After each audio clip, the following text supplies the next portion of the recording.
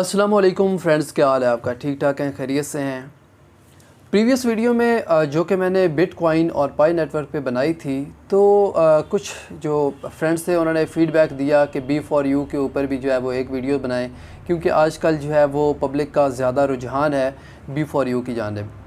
अच्छा, मैंने जो बिटकॉइन और पाई नेटवर्क की भी बनाई थी वीडियो, मैंने उनका भी जो है आपको मैकेनिज़्म, प्रोसेस और जो रिस्क और रिवार्ड हैं उसके साथ जुड़े हुए उसके बारे में बताया था।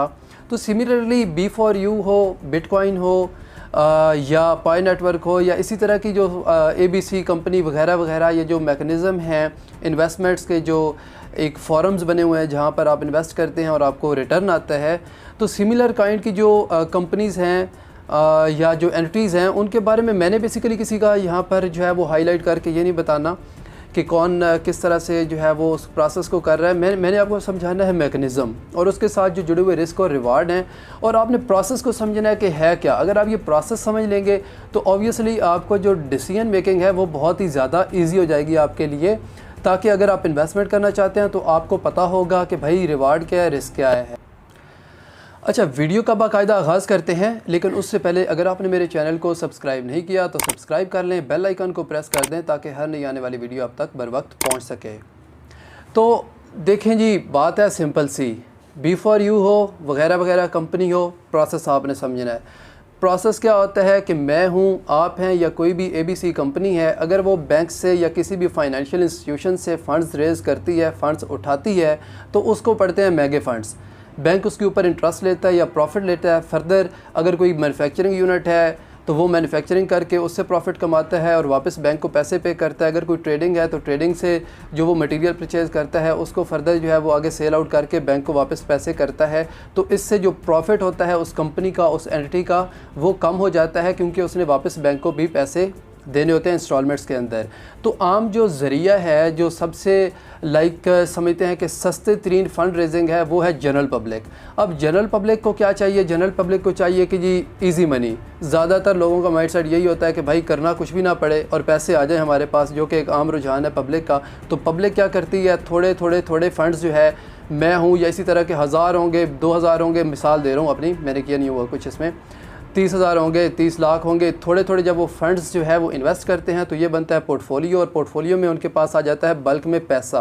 अब तो अगर कोई सियाना इन्वेस्टर पीछे बैठा हुआ है, जो भी ये कंपनीज जो जिनको मैं डिस्कस कर रहा हूँ, तो वो इसको इन्वेस्ट करेगा एसेट्स में या डिफरेंट जो मीडियम रिस्क के या लो रिस्क के बिजनेसेस होंगे, उन बिजनेसेस के अंदर इन्वेस्ट करेगा और उससे जो रिटर्न आएगा वो फिर आपको आपके जो इन्वेस्टमेंट होगी उसके हिसाब से इन्वेस्ट कर देगा।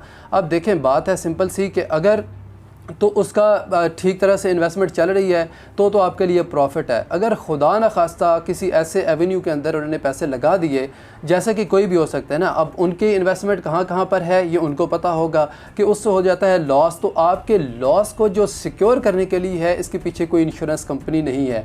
अब ये कंपनीज़ आपको प्रॉफिट ज़्यादा कैसे दे लेती हैं?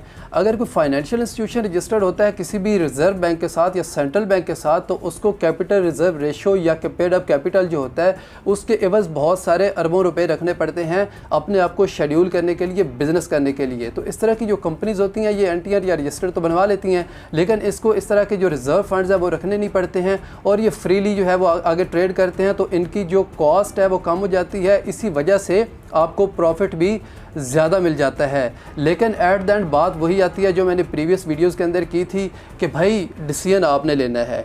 हाई रिस्क है, हाई रिटर्न है। एक्चुअल बिज़नेस वही होता है कि जो आप ख़ुद से तिजारत करते हैं, ख़ुद से बिज़नेस के अंदर इन्वॉल्व होते हैं और उससे जो आपको रिटर्न आता है या लॉस होता है वो आपका अपना होता है। आप फिज़िकली वहाँ पर मौजूद होते हैं, आपके सामने चीज़ें एग्जीक्यूट हो रही होती हैं। अब अगर आपने फ़ंड्स किसी ABC कंपनी को, किसी पर्सन को दे दी हैं, तो टोटली डिपेंड कर होता है उस पर्सन के ऊपर। वो उन फंड्स को जहाँ पर लगाए, वहाँ से अगर तो प्रॉफिट आ गया तो आप प्रॉफिट में। अगर खुदा न खास्ता जो है किसी जगह पर आके डाउन ख़त्म खलास होता है, तो उसके बाद क्या होगा?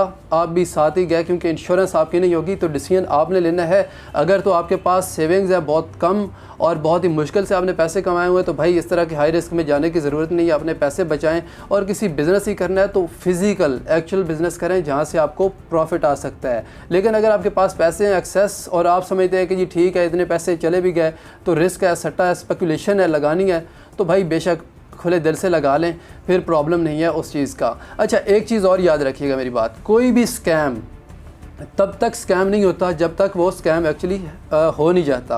आपने एक सीज़न देखा होगा इंडियन जो है वो scam 1992, Harshad Mehta story, stock exchange को बूम और बुल और वो जो है बुल एंड बियर वाली जो सारी गेम चली थी, और स्टॉक एक्सचेंज कभी आसमान को छू रही है, कभी कंपनी जो है वो डाउन आ रही हैं। तो जब तक तो सारा कुछ ठीक चल रहा था तो हर्षद मेहता हो रही थी, और जब स्कैम सामने आया कि भाई किस तरह से फ़ंड रेज़ हुए, कहाँ का पैसा किधर इन्वेस्ट होता है, और उसके बाद जब वो स्कैम आया तो सारी की सारी मार्केट नीचे आ गई। तो स्कैम इटसेल्फ वो डबल शाह ले लें, ट्रिपल शाह ले लें वगैरह वगैरह, तब तक नहीं पता चलता जब तक एक्चुअली हो नहीं जाता। हाँ, अगर आप समझते हैं कि आप भाई रिस्क ले सकते हैं तो सत बिस्मिल्लाह ले लें, कोई प्रॉब्लम नहीं है। अगर आपको रिटर्न आ रहा है, अगर आप सेफ़ हैं, तो इसमें मैं ये नहीं कहूँगा कि लगाने नहीं चाहिए पैसे।